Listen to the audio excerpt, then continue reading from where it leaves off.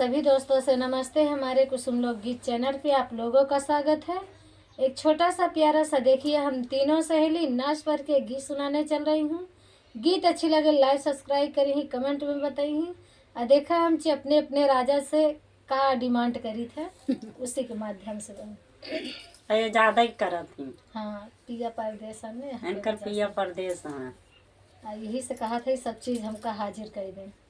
चलो आइए गीत के सुनाती हूँ। उठाओ। राजा सलगम बजरिया घुमाईदा, राजा हम सलगम बजरिया घुमाईदा, बारी लगाईदा बगैचा लगाईदा, बाग लगाईदा बगैचा लगाईदा, राजा हम तोरई के नेबुला लगाईदा, राजा हम तोरई के नेबुला लगाईदा, राजा हम सलगम बजरिया घुमाईदा, राजा हम सलगम बजरिया घुमाईदा, कोठा उठाईदा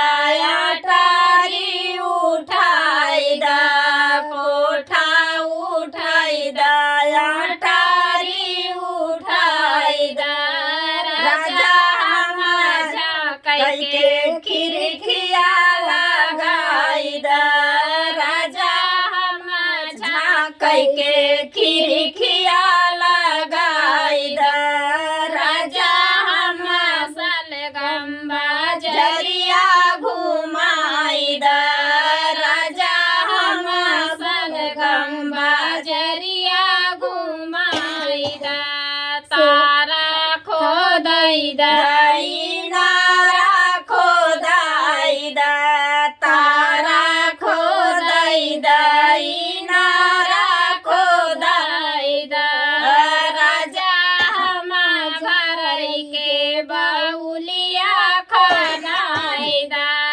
राजा हम भरई के बाउलिया खनाईदा, राजा हम सलगम बजरिया घुमाईदा, राजा हम सलगम बजरिया घुमाईदा, से जाला गईदा सुपेटी लगाईदा, से जाला गईदा सुपेटी लगाईदा, राजा हम सोई के तकिया लगाईदा, राजा हम सोई के तकिया लगाईदा, राजा हम सलगम बजरिया